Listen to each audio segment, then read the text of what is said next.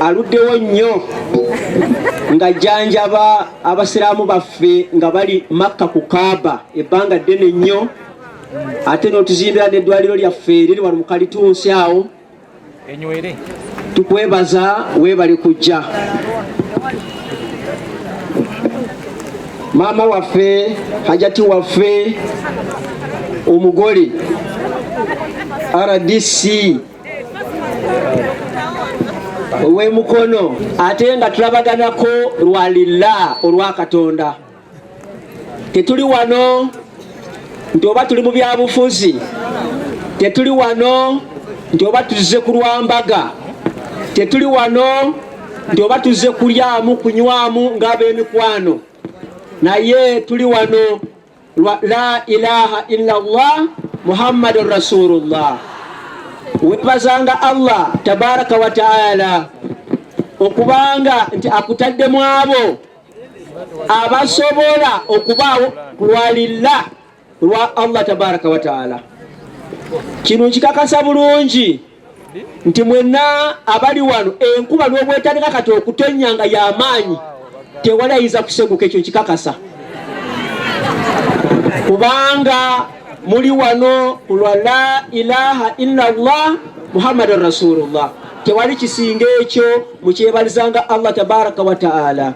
Nsaba Allah ow'ekitiibwa ffenna tusinkanye mu jjana nga twetunuliganye mu byenyi, twejjukanye nti jjukira nga tuli ku Voice of Africa nga tugaba Qur'ani, nga tugamba mulabe emizikiti gye tuzimbye ffe aba la ilaha illallah Muhammadun Rasulullah. Wenjogerera nina repooti wano eŋŋamba mu myaka 5 egiyise mwakagaba Qur'ani ze mwegulidde mu East Africa ziwera miliyoni 12 n'ekitundu. Allahu akbar, Allahu akbar. Qur'ani ezo teziriko wa Kibuli, teziriko wa Old Kampala, teziriko wa Nakasero, teziriko wa William Street, neziri ku basiraamu ba Uganda bonna nga terimu kweyawulayawula kwonna. Allahu akbar. Bannange mubeere bumu. Wano wamutudde wano kasozi kano ekkololo gano maka gammwe ag'okubeera obumu. Tewali muntu n'omu asobola kukuba muntu yenna ng'oli wano. Wano obanga ng'ali mu lusenyu olw'embaka tebakusindika, tebakuvuma, tebakwogera bisongovu bw'oba ng'oli wano. Muli mu maka gammwe, bwe mubanga muzze wano mubeere nga mutuule entende, mweyagale, mubeere bulungi biizni tabaraka wa taala. Tuyina abakulembeze baffe abalungi, Excellence President Yoweri Kaguta Museveni, era tumusabe nti abantu baffe abasiraamu bayina mu buyinza, bayina mu kabineti ye abatulekerewo batukoledde bulungi, nga bakulembeddwa Hajati MINSA KABANDA. Amuleke ku bwa minisita, bw'abanga yagadde omukyuso okumujja ku bwa Kampala ate amwongera eddaala waggulu erisingawo. Kubanga njagala bategeeza baganda bange, tuyina abasiraamu mu nsi eno, tuyina abakyala abakkiriza. Hajati MINSA KABANDA mukyala musiraamu ate mukkiriza.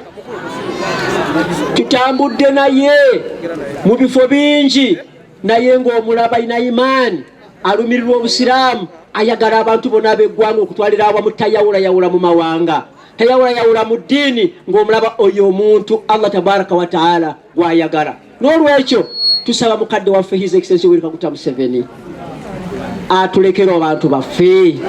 Tukimanyi bulungi nti risafu ewuuma, tukimanyi bulungi abantu bali mu kulobinga, ba minisita basula tebeebase, emmotoka zitambula wansi ne waggulu, obusimu butambula. Kwendi ku lisiti Mukama waffe agamba ki? Ne His Excellency tukusaba mukadde waffe, twava eri Libya ffenna nga tumanyiganye, Senga Katungulu Yimbazi Kajabaga wabeeranga naye Libya nga mulya ku capati emu. Ne His Excellency Yoweri Kaguta Museveni ebigambo bino tubyogera with authority, naffe tuyinamu obuyinza butonotono mu gavumenti yaffe eno. Tulekere mukadde waffe maama waffe Hajati MINSA KABANDA mu bifo ebyovunaanyizibwa ebirungi naffe tweyagaleko ng'Abasiraamu ate atwongere n'ebirala. Tulina hajati ndisaba RDC tebumumala obwo bwokka. Twagala tulabe ng'akalimi kakola bwe kati ku lupapula nti Minister of ABCD. Tusanyuke naffe tweyagale. Si weewaawo bannange. Naffe 2026 tugambe nti kyekyo Mukama waffe watukola naffe katugire kaliko mutegedde. Naffe nga tuli basanyufu. N'olwekyo mpankuwe yemere ekola ki? Yemere ewooma. N'olwekyo tusaba Allah tabaraka wa taala abatukuumira hajati. Abebitaliiyo ebigendo tuswaza omwezi gwa Ramadhani gutuuse ffenna twenenye. Tugambe ya Allah byetukoze tubikoze naye tukomye. Tusonyiwe ya Allah. N'abo bonna abatutte ebintu by'Obusiraamu baddeyo beenenye eri Allah tabaraka wa taala. Era ebisoboka okudda bidde Abasiraamu babirabeko beeyagale. Ensonga eyo bannange yesinza okutabangula Obusiraamu mu Uganda.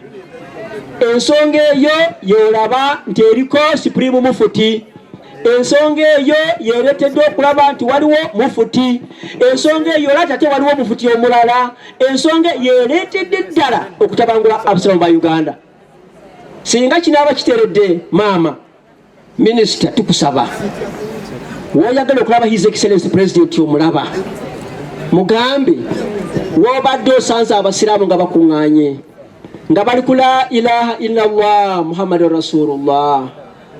Baagala gavumenti tibagirwanyisa. Bali ku nsonga zaabwe ez'Abasiraamu. Bakwebaza His Excellency bwakwata ensenkezi ezaali zizze okutwala Voice of Africa n'otuyambako. Omwebaze omugambe nti Voice of Africa Radio emirimu gyagikkiriza okukola era President yennyini n'akkiriza n'akomissioninga emirimu egyo nga tuggulawo omuzigiti ogw'Ebutambala. Ye mwennyini President yajja n'atongoza enkola eno ya tiimu Amanu yaliwo. Era njagala abajjukira obulungi nga mujjukira Haji Najibu Kivumbi ono ye yali bodyguard wa President olunaku olwo, kubanga yamuyimirira mabega bwati ng'akubasodde Haji Najibu ate obusirikale wabuyikira wa olunaku olwo neewuunya Haji Najibu naye nakkiriza. Njagala bategeeza gavumenti nga temanyi nti bye tukola bye bituufu temuyinza kubeera wano. Gavumenti nga tetuyinza kukuŋŋaanya kebe nusu emu, kabe nga mwagala muti okuzimba emizigiti, kabe nga mwagala muti okugula Quran temusobola. Naye nga byonna His Excellency President wa Uganda yatukkiriza n'ebitongole bye byonna bya ISO, ESO, SMY, SAI, JAT byonna byatukkiriza tugamba nti tugende maaso tukole omulimu gw'Obusiraamu. His Excellency mutwebalize hajati. Mutwebalize omugambe ffe tuli basiimu.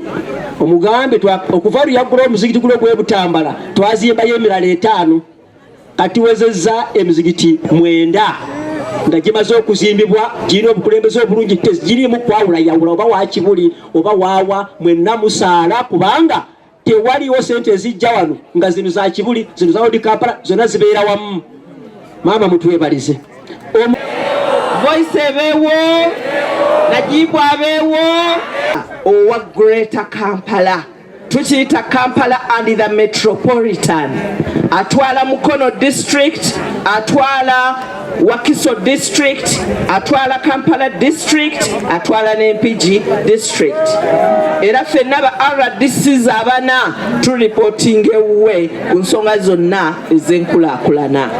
Era supervisor waffe naye nga waggulu we waliyo maama Honorable Minister wa Presidency. Alina ba Deputy RDC wuma. Ne mugamba jangu tusooke tujjewo bano. Nze Haji Najibu akimanyi nina kuba discussant ku yemwayi. Nandibadde ndi mu discussion. Naye ngambya eky'Obusiraamu kye kisooka kubanga kye kitambula nange.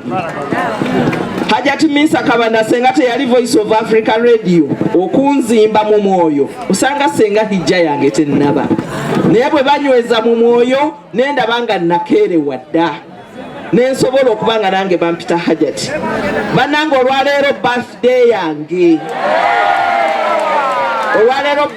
yange ey'okunfuula omukyalo omukulu ow'obuvunaanyizibwa mu ggwanga mpezezza emyaka egy'obukulu mingi nnyo bagenda kumbuuza emeka mingi nnyo era sikyali muwala mutondi mukyala muki naye mu byonna kyensinga okwebaza mu myaka emingi gyempezezza mulimu ekitiibwa ky'obwa hajati naye ng'ekitiibwa ekyo kinywera kubanga mpuliriza nnyo Voice of Africa Radio. Bw'oteekako Quran esula ku Voice of Africa Radio shaitani tajja mu njuyo tolootaloota bintu bitaliimu. Mutuyigiriza okusoma Quran naye mu byonna mutuyigiriza okukola swadaka. Tutukuze emirimu gyaffe lwa swadaka, tutukuze emaali yaffe lwa swadaka, tusabidde abaana baffe emikisa lwa swadaka, tulongoosezza abaami baffe lwa swadaka. Nsaba Allah abongere obbagabirira emaali ennungi, mwongere okukola swadaka, twongere okuzimba emizikiti, twongere okuyamba abatalina, twongere okugula Quran kuba buli agenda okusoma ennyukuta eyo mu Quran ogenda kufunamu empeera. Twongere okuyamba, twongere okwagalana, twongere okukulembeza obusiramu bwaffe n'okubwolesa. Buli lw'oyambala ng'omukyalo omusiramu obusiramu bwe busooka ku mwanjo. N'olwekyo nsaba n'obuwombeefu bungi nnyo n'ekitiibwa kingi nnyo Honorable Minister okusaba ojja okola omulimu ogw'okutongoza bamwetaaga ate bamwetaaga nnyo nga bwe wali okiwulidde. Assalamu alaikum wa rahmatullahi wa barakatuh.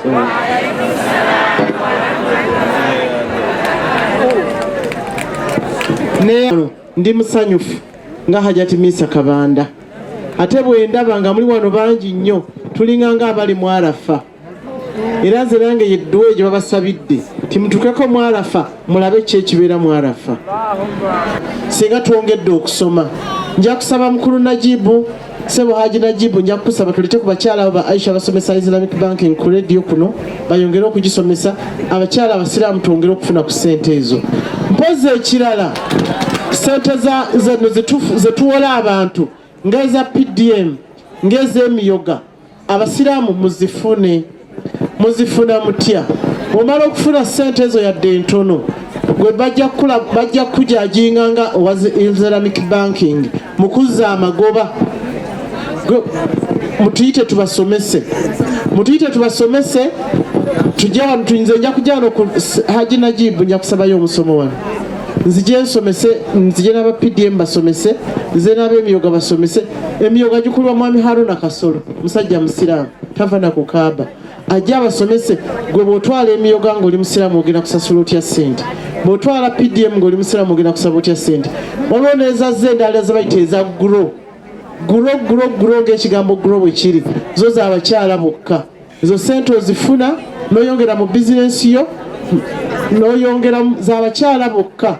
Omukyala alina bizinensi ng'oyongera mu bizinensi yo kati ate gwe tojja kugenda muziriza miliyoni emu ojja kufuna zino eza guro nazo tujja kujja ku radio wano tuzisomese twongere okuba nga twongeramu mu bantu ssente mu bizinensi. Anti nze babuulidde kati ezo eza guro nga musegedde olwaleero bataziwulirangako nsaba muzifune. Abalina bizinensi atalina bizinensi tozifune eza guro naye nga si z'abaami z'abaki omwami omuwaako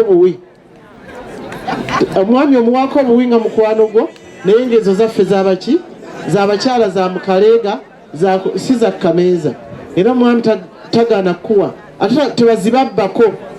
Tugenda kwongera zitongoza nga 8 olunaku lw'abakyala tugenda zitongoza.